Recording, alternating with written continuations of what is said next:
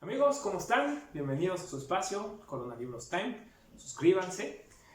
Hoy, que es día 25 de mayo, voy a leer un texto muy interesante de uno de mis consentidos, que es el maestro Umberto Eco, un filósofo italiano sensacional, un intelectual de los más importantes del siglo XX.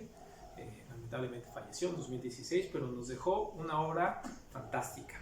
Y voy a leer un artículo en el que resalta un aspecto femenino muy interesante de la historia. De antemano les pido una disculpa en la lectura porque hay muchos nombres griegos y europeos de difícil pronunciación, entonces a lo mejor me trabo un poquito a leerlos. Maridos de esposas ignoradas. La enciclopedia del Don registra un gran número de mujeres, desde Catalina de Siena a Tina Pica, y son muchísimas las injustamente olvidadas. Por otra parte, desde 1690, Gilles Ménage nos hablaba en su Historia de las mujeres filósofas de Diotima la Socrática, Arete la Cirenaica, Nicarete la Megárica, Hiparquía la Cínica, Teodora la Peripatética, en el sentido filosófico del término, Leoncia la Epicúrea, Temistoclea la Pitagórica, de las que sabemos muy poco. Es justo que muchas de ellas hayan sido sustraídas al olvido. No obstante, lo que en realidad se echa en falta es una enciclopedia de las esposas. Se dice que detrás de cada gran hombre hay una gran mujer. Desde Justiniano y Teodora hasta Obama y Michelle, es curioso que no se acierta la afirmación inversa. Tómense como ejemplo las dos Isabel de Inglaterra, pero en general de las esposas no se habla. Desde la antigüedad clásica se dedica más atención a las amantes que a las esposas. Clara Schumann y Alma Mahler fueron noticia por sus amoríos extra y postmatrimoniales. Básicamente, la única esposa que siempre se cita por su condición de tal es Xantipa, y solo para hablar mal de ella. Ha llegado a mis manos una obra de Pitigrilli, escritor que enchilla sus relatos de citas eruditas, equivocando a menudo los nombres, Jung en vez de Jung, con Y y con J, y más a menudo aún las anécdotas que sacaba de vete a saber dónde.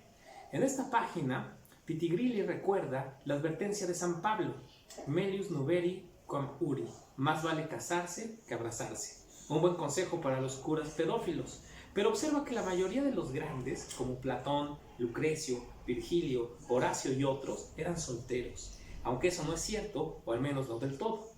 Pues puede ser verdad en el caso de Platón, del que sabemos por Diógenes Laercio, que solo escribía epigramas para hombres jóvenes muy apuestos, aunque tenía como alumnas a dos mujeres, Lastenia y Axiotea, y decía que el hombre virtuoso debe casarse.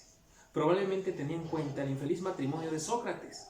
Aristóteles se casó primero con Pitias y tras su muerte se unió a Epilis. No se sabe muy bien si como esposa o como concubina, pero vivió con ella mor uxorio, hasta el punto de recordarla con afecto en su testamento, además de tener con ella un hijo, Nicómaco, el que dio nombre a una de sus éticas. Horacio no tuvo esposas ni hijos, pero a juzgar por sus escritos sospecho que se permitió algunas aventurillas. En cuanto a Virgilio, parece que era demasiado tímido para declararse, aunque se rumora que tuvo una relación con la esposa de Vario Rufo. En cambio, Ovidio se casó 3 veces. De Lucrecio nada nos dicen las fuentes antiguas. De un dato recogido por San Jerónimo podemos deducir que se suicidó tras enloquecer al beber un filtro de amor, si bien el santo tenía interés en declarar loco a un ateo peligroso. Y a partir de ese hecho, la tradición medieval y humanística fantaseó con la existencia de una misteriosa Lucilia. No sabemos si esposa o amante, maga o mujer enamorada, que había pedido el filtro a una hechicera. También se decía que Lucrecio se había suministrado el bebedizo él mismo, pero en cualquier caso Lucilia no sale demasiado bien parada. A menos que tuviese razón Pomponio Leto al decir que Lucrecio se habría suicidado porque estaba infelizmente enamorado de un tal asterisco. Siglos más tarde, Dante siguió soñando con Beatriz, pero se casó con Gemma Donati, aunque nunca habla de ella. Todos piensan que Descartes era soltero, ya que murió muy joven tras una vida muy agitada, pero tuvo una hija, Francine, muerta a los 5 años, de una doncella llamada Helena Han van der Stroom, a la que conoció en Holanda, que fue su compañera durante unos años y a la que solo reconoció como sirviente. Ahora bien, en contra de ciertos rumores difamatorios, Descartes reconoció a la hija y, según otras fuentes, tuvo además otros amoríos.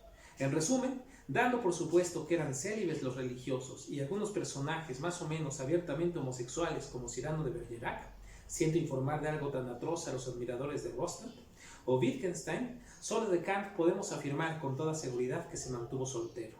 De manera sorprendente, incluso Hegel estaba casado. De hecho, parece que fue un mujeriego, con un hijo ilegítimo y un tragaldabas. Por su parte, Karl Marx estaba profundamente apegado a su esposa Jenny von Westphalen. Queda un problema por dilucidar. ¿Qué influencia tuvieron Gemma sobre Dante o Helena sobre Descartes? Por no hablar de las muchísimas esposas que la historia ignora. ¿Y si todas las obras de Aristóteles en realidad las hubiera escrito su esposa Eurípides? Nunca lo sabremos. La historia, escrita por los maridos, ha condenado a las esposas al anonimato. ¿Qué tal? Ojalá que les haya gustado el chisme. Parecen como un artículo de esas revistas, ¿no? De esas revistas que venden semanales. Ojalá que les haya gustado.